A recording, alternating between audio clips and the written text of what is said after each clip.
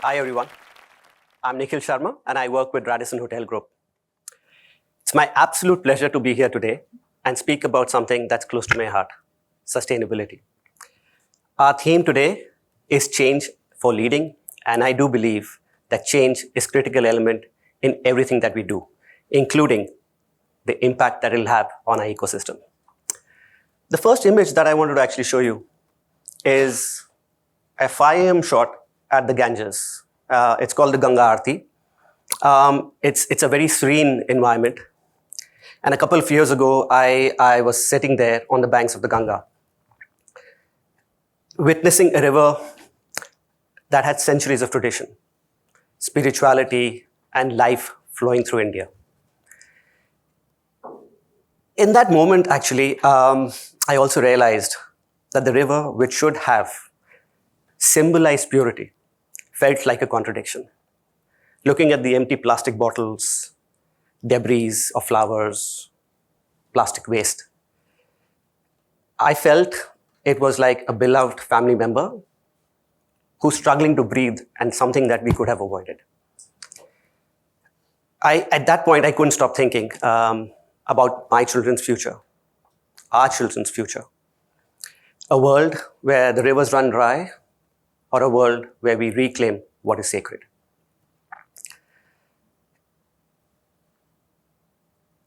I also want to speak about sustainability not just being a buzzword. I think it's a lifeline. As individuals, as businesses, the entire nation, Bharat, we're waking up to the damages that we've done and the responsibility we must take going forward. For me, this is deeply personal. I just said, I spoke about my children, 2 young souls, and the world that we leave behind for them, the weathers that they'll see, or more importantly, the ones they want, the air they breathe, or the ones that they want. And this isn't about nature, it's about the legacy we're going to leave. From packaged drinking water, we are moving to packaged clean air.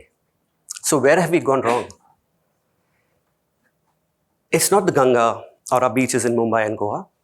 It's our rivers, our forests that are paying the price of unchecked growth. Over-tourism, climate change, and the exploitation of our natural resources are realities, not just buzzwords, but they demand urgent action, not only globally, but in India. Sustainability is a journey, and let me tell you, it's a marathon and not a sprint. It's often spoken about as a quick fix, that one technology piece, that one policy that can change everything that we've done in the past. But as a marathon runner, let me tell you, this is anything but a race. This is a marathon that demands endurance. When you run a marathon, the first few kilometers, you feel you can really do it. Okay, you have your adrenaline pumping. You're thinking, yes, I can do it. But by the time you hit the halfway mark, you're like, the fatigue comes to you. The mental battle of, can I really do this? And your mind and body start asking you this question. That's exactly where we are with sustainability. The early steps right now have been taken, right? The awareness campaigns, the introduction to the policies, the push for renewable are like the first few kilometers. And now we're hitting the hard part, the part which is the middle of the marathon, the part where progress feels slow. Every step that you take requires more effort. It's tempting to stop and say, hey, somebody else is going to do this for me. But let me tell you, that won't happen. Because in a marathon, you don't quit halfway. You have to push through the discomfort, the exhaustion, the doubts. The same is true for sustainability today. The work ahead isn't easy. It requires long-term commitment, willingness to keep going on that path, and it requires commitment efforts not only from us, from the authorities, but from each one of us as individuals.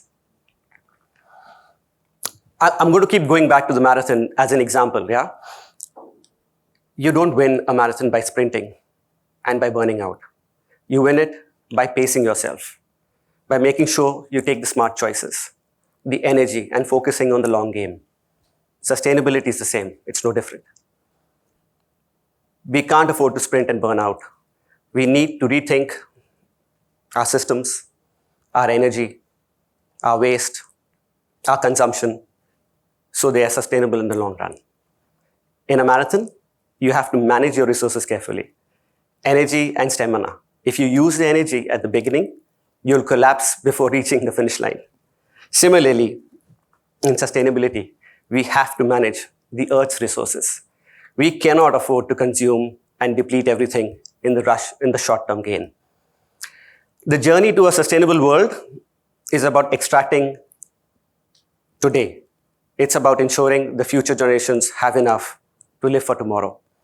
And in a marathon, the toughest part is not tackled alone.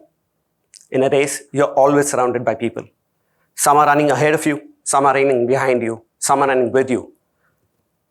They all have the same goal, the finish line. Sustainability is not an individual journey. It's a collective effort. It's about everyone doing their part, running the race together for the sake of a shared future. In a marathon, every runner has the image of the finish line and the adrenaline rush when he or she is at the finish line.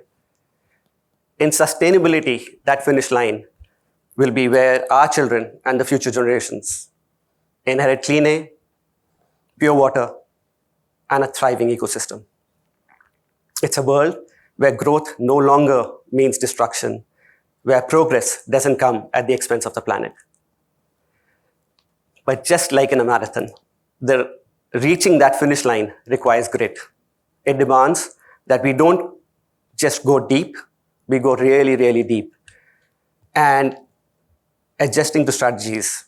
You pace yourself in a marathon at the midway or in the end. Similarly, when the going gets tough, we need to get going. It's the last mile, which is the toughest mile. And often, the greatest rewards are waiting there. So let's pace ourselves, commit to the long haul, and pride in every small victory, not to sprint, but to create the long-lasting solutions that test the time. So you may ask, what are Bharat's challenges and what are responsibilities, right? India is growing fast, real fast. By 2027, we're going to be the most populous country on earth.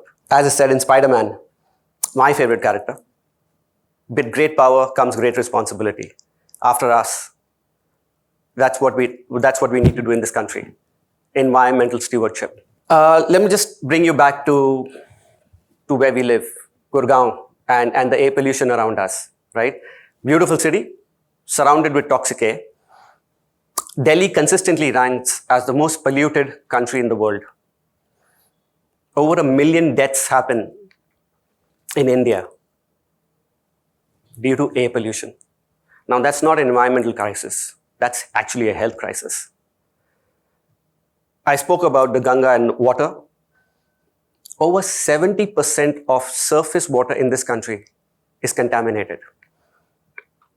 That's millions of lives that are relying on this water for survival. It's not about the distant future. It's about survival today, right? Deforestation, and this is something which we keep seeing on television, and I'll elaborate on this. From the Bengal tiger to the lush green forests of India, they are all under threat. The more we urbanize, the more we lose. You see images on the screen of leopards and tigers walking into villages. It's not because they're invading our space, we are invading theirs.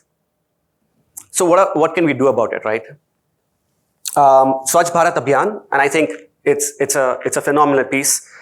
This movement is one of the most significant shifts in public behavior. Cleanliness is just part of it. It's actually changing mindsets. Renewable energy.